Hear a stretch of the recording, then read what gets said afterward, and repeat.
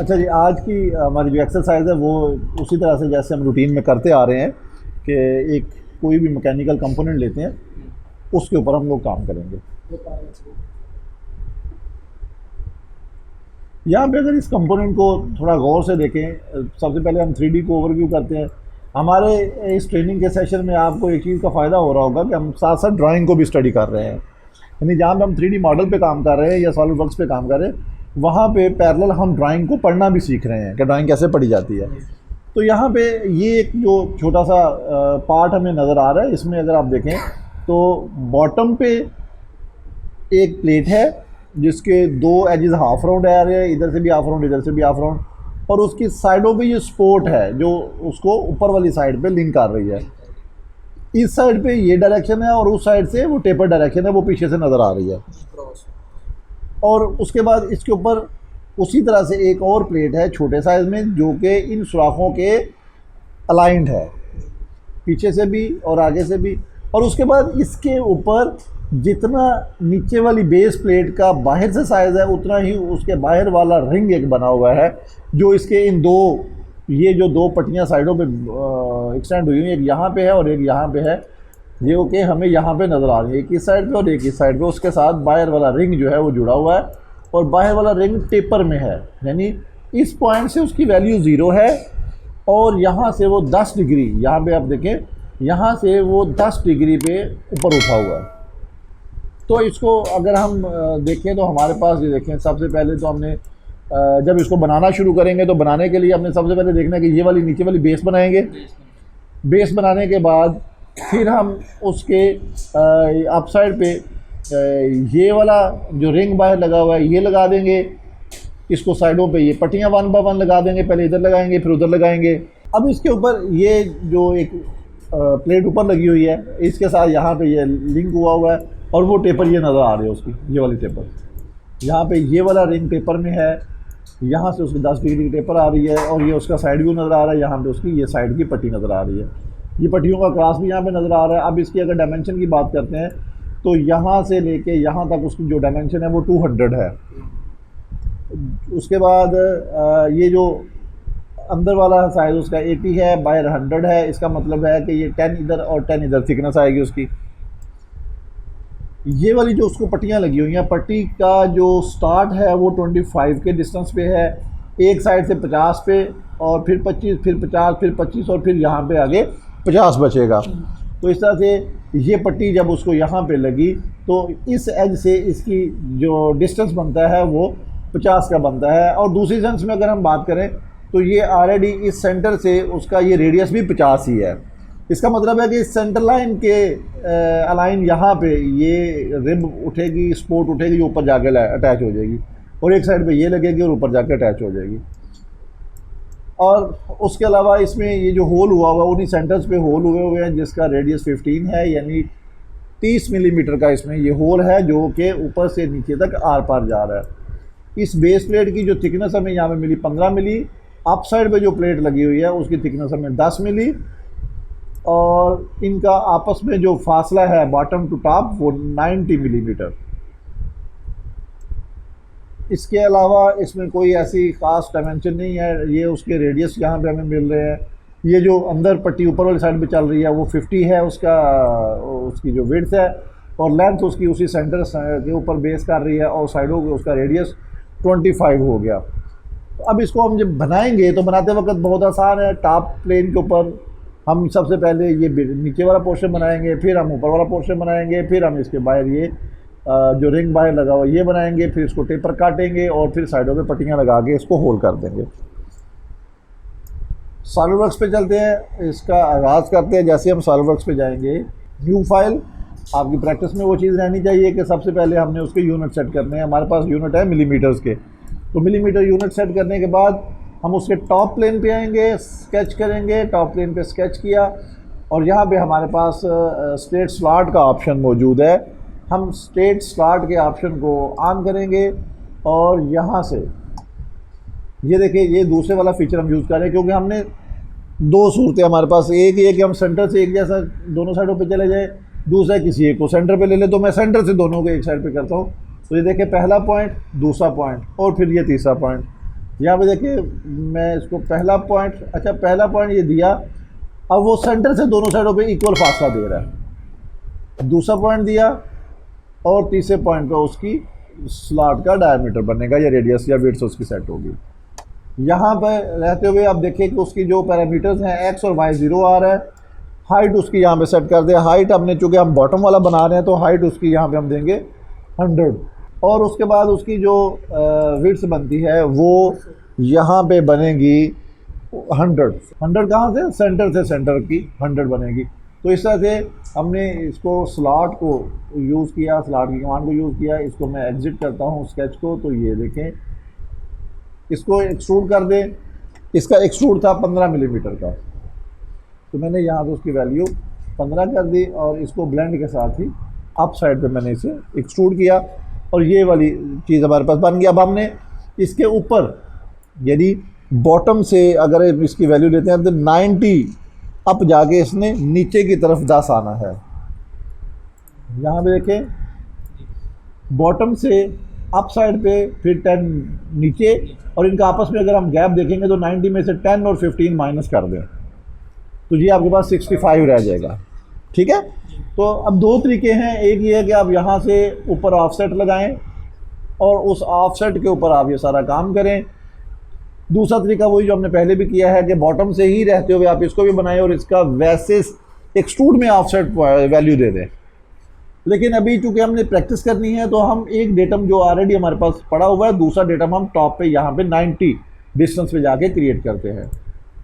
कैसे करेंगे ये देखिए, मैंने उसका ये टॉप प्लेन सेलेक्ट किया, यहाँ पे आ जाए रेफरेंस ज्योमेट्री में। यहाँ पे रेफरेंस ज्योमेट्री में आपने प्लेन लेना है। अब देखिए ये आपकी प्रैक्टिस के लिए मैं करवा रहा हूँ। ये प्लेन लेना है और प्लेन की जो डिस्टेंस वैल्यू है वो हम दे रहे हैं 90, यानी ये जो प्लेन है अपसेट पे 90 पे जा रहा है। इसको मैंने डन किया, एक नया प्लेन हमारे पास बन गया हुआ है। मैं एक स्केच क्रिएट करता हूँ, वही जो हमने टॉप पे जाके छोटा ऑब्जेक्ट बनाना है। इसको यहाँ से नॉर्मल टू करें, ये आ गया। कमांड वही वाली यूज़ करेंगे हम।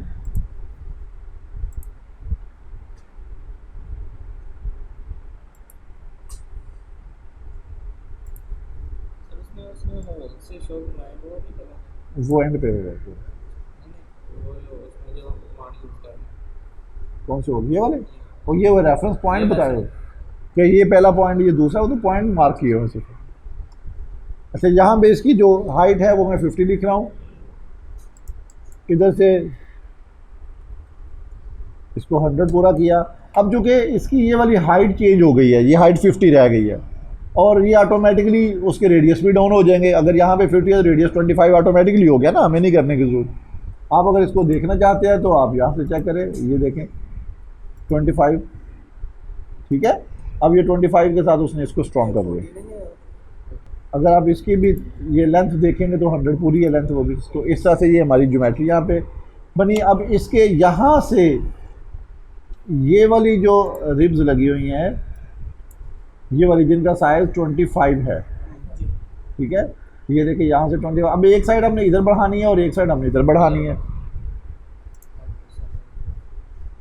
तो एक तो इसका आसान तरीन हाल ये है कि आप यहाँ से रेक्टेंगल लें, कॉर्नर रेक्टेंगल ली। यहाँ पे इस ऑब्जेक्ट पे आके मैंने अंदर से थोड़ा सा इसको अजाफी रखा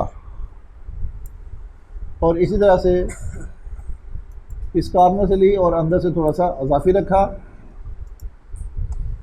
तब देखिएगा आपने ये लाइन और कंट्रोल के साथ ये लाइन सेलेक्ट करें और इन दोनों को इक्वल कह दें। ये दोनों लाइन मैंने इकट्ठी सेलेक्ट की और इनको इक्वल कर दिया। डायमेंशन में आके मैं यहाँ पर इसकी डायमेंशन देता हूँ, तो ये डायमेंशन हमें देनी है 25।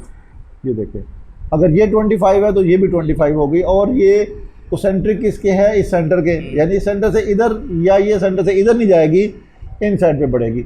और ये जो ऑब्जेक्ट हमारा ऑलरेडी हमने स्केच किया हुआ था, इस ऑब्जेक्ट को यहाँ पे मैं ट्रिम कर रहा हूँ। ये देखें मैंने इसलिए इसको इजाफी रखा था। तो ये देखें जी, इस तरह से ये इसके ऊपर स्केच बन गया। साइज उसके सारे मेंटेन हो गए। ओके करें, एग्ज़िट करें और अब इसको एक्सट्रूड कर दें। अब ये एक्सट्रूड हमने नीचे की तरफ करना है। एक्सट्रूड हमारा होगा 10 का, ये देखिए, ठीक है। अब हमें इस ड्राइंग में ये बड़ा प्लेन डिस्टर्ब कर रहा है, प्लेन को सेलेक्ट करके यहाँ से हाइड कर सकते हो। प्लेन हाइड हो गया, ये आपको यहाँ पे डिस्टर्ब नहीं करेगा, मौजूद है। जब आप इस प्लेन को यूज़ करना चाहें इस पर क्लिक करके, जैसे बकिया प्लेन यूज़ करते हैं आप इसको भी यूज़ कर सकते हैं। तो इस तरह से ये इतना काम हमारा हो गया। अब हमने इसके बाहर इसका बॉर्डर लगाना है, बाहर जो बॉर्डर का उसका चल रहा है वो रिंग लगाएंगे। उसी तरह से अब चाहे आप एक्सट्रूड डायरेक्ट ले लें या स्केच ले लें, मैं इसी प्लेन को यूज़ करते हुए इस पर स्केच बनाने जा रहा हूँ। राइट क्लिक करके नॉर्मल टू किया। अब ये वाले बाहर वाले एज को मैं ट्रेस कर रहा हूँ।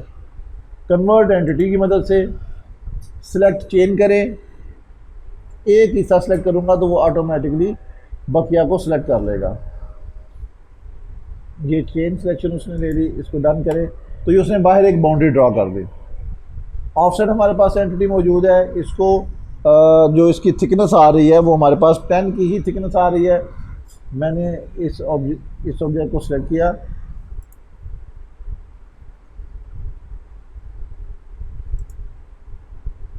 और इसको यहाँ से रिवर्स कर दें। उसने तमाम पूरे ऑब्जेक्ट का रिवर्स अंदर वाली साइड पे कर दिया ना, तो ये हमारे पास एक थिकनेस मेंटेन हुई। डन करें तो ये देखिए इसके बाहर एक बॉर्डर लग गया। एग्जिट करके इसको बाहर ले आए और इसकी डायरेक्शन जो है सॉरी अप साइड पे ही रखें और इसको ज़्यादा कर दें। अब हमारे पास चूँकि यहाँ पे एंगल चलना है, हम उसकी लेंथ को अपने आप को वैल्यू नहीं दे सकते। एक तो तरीकाकार ये है कि आप इसको वैसे कैलकुलेट करके इसकी वैल्यू निकाल सकते हैं, लेकिन हमें इसमें इतना को परेशान होने की ज़रूरत नहीं है। मैं इसको 50 तक भी बड़ा कर सकता हूँ, कोई प्रॉब्लम नहीं है।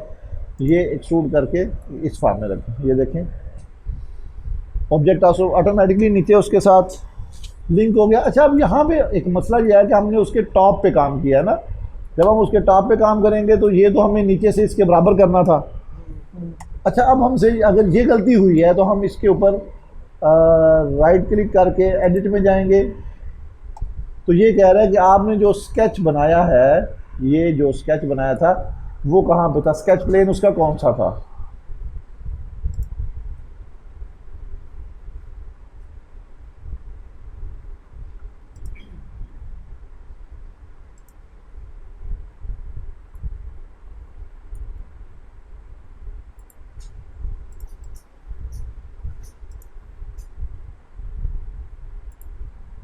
ये देखिए यहाँ से मैंने उसको स्केच प्लेन चेंज कर दिया।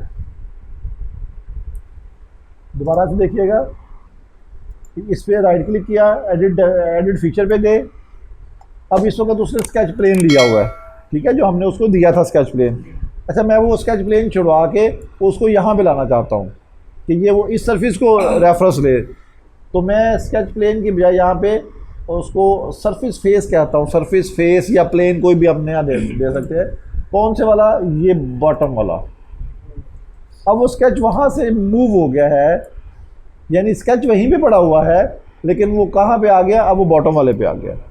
इसको मैं यहाँ पे ओके करता हूँ तो ये देखें, अब चूंकि हमने ये डायरेक्ट स्केच इसकी इनसाइड पे लिया था, ये देखें स्केच उधर ही है जहाँ हमने बनाया था, लेकिन अब उसने उसको एक्सट्रूड करते वक्त रेफरेंस नीचे से ले लिया जहाँ पे हमने कहा उसे। अब वो देखिए उसके साथ प्रॉपर चीज़ वहाँ से उसकी जो लिंक आपस में जोड़नी थी वो जुड़ गई। अब हमारी ज़रूरत ये है कि हमने इसको इस जगह से, यानी यहाँ से 10 मिलीमीटर के फासले से हमने इसको टेपर काटना है। तो उसके लिए हमारे पास आपने इसका फ्रंट प्लेन लेने, इस फ्रंट प्लेन पे आए, स्केच किया, नॉर्मलाइज करें, नॉर्मल टू करें ये। अब यहाँ पे एजेस इसके आन किए, हमें ये एज नज़र आना शुरू हो गया। सबसे पहले तो मैं यहाँ पर एक रेफरेंस उसे देता हूँ सेंटर लाइन का। ये रेफरेंस लिया,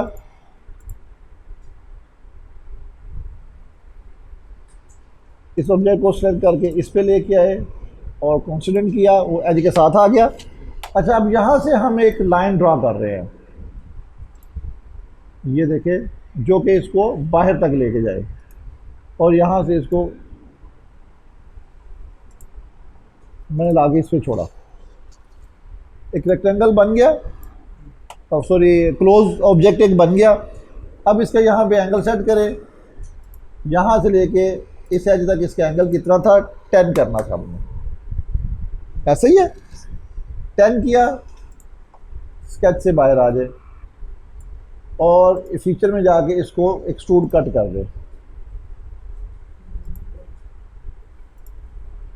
एक्सट्रूड कट करेंगे, ब्लेंड की बजाय इसको मिड प्लेन कर दे और इसकी वैल्यू बढ़ा दे, आउट कर दे दोनों साइडों से, डन करें तो ये शेप कट दे।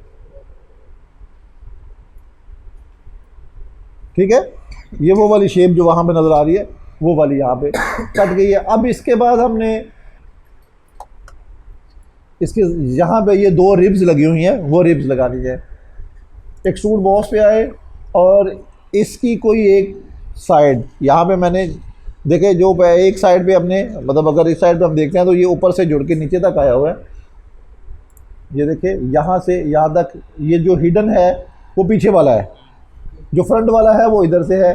तो मैं इस जगह पे इसको मैं रेफरेंस लेता हूँ और बहुत ही आसान वे है, दोबारा से मैं इसको हिडन लाइन ऑन करता हूँ,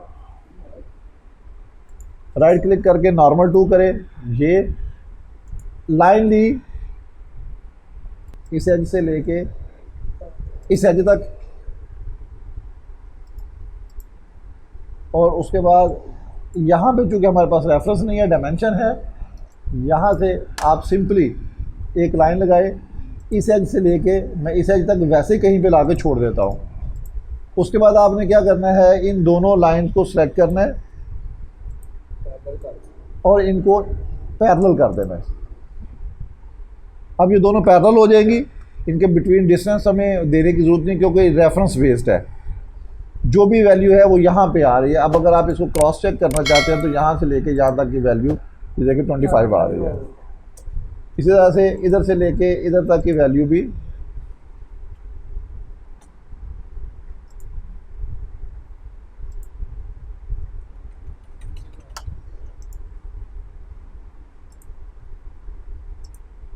ट्वेंटी फाइव आ रही है। ठीक है, तो ये हमारे पास एक साइड ये हुई, इसको क्लोज करें, ये लाइन दी,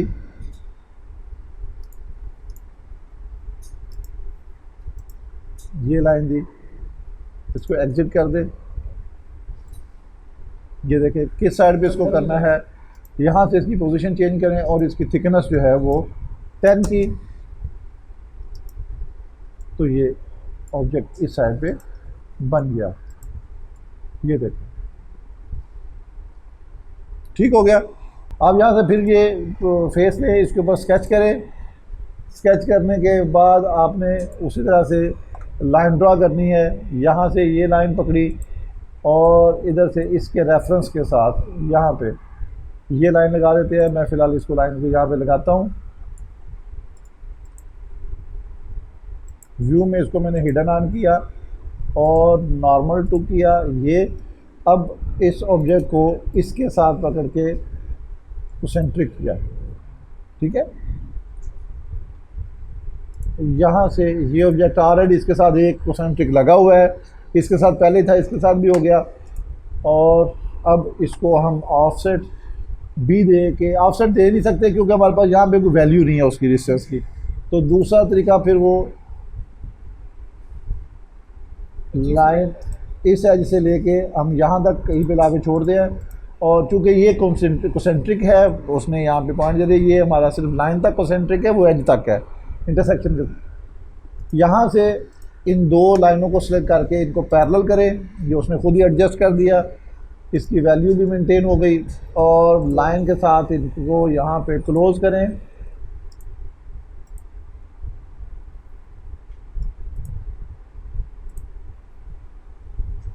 और स्केच से बाहर आ जाए। ये देखिए, ये उसका स्केच है। शेड मोड ऑन करें, इसको एक्सट्रूड किया, उसी तरह से उसकी डायमेंशन इनसाइड पे, डायरेक्शन इनसाइड पे करें 10 मिलीमीटर के साथ, ओके करें। तो ये पार्ट यहाँ तक बन गया।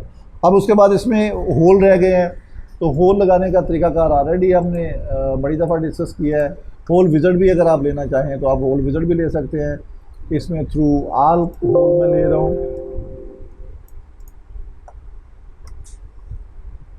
साइज़ कौन सा लगाना है, हमारे पास साइज़ है 30 का। यहाँ पे अगर आपको 30 तक की वैल्यू मिलती है ठीक है, नहीं तो कोई मसला नहीं है।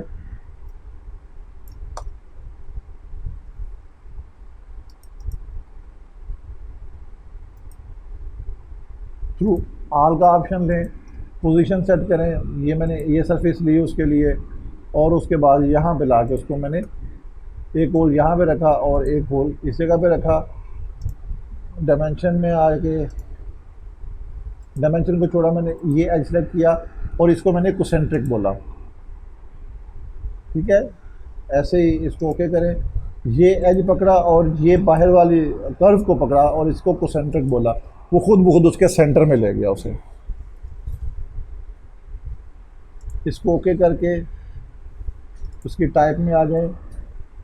यहाँ पे हम उसको ड्रिल साइज़ बोलेंगे, ठीक है। ड्रिल साइज़ यहाँ पे आप अपनी मर्ज़ी से उसको 30 ड्रिल साइज़ बोल, क्योंकि जब ड्रिल साइज़ पे आएंगे तो फिर वो हमारे कंट्रोल में होगा। स्टैंडर्ड पे जाएंगे तो वो स्टैंडर्ड हमारे कंट्रोल में नहीं होता। तो यहाँ पे जैसे ये उसने वैसे होल स्पेसिफिकेशन दे दी, लेकिन अब हम उसको यहाँ पे जो साइज़ है वो हमने अपनी मर्ज़ी से दिया, और ये उसने 30 का ले लिया। थ्रू आल किया, उसका डाया 30 आ गया। इसको डन करें तो ये देखें थ्रू आल उसने ये होल उसमें 30 का कर दिया हुआ।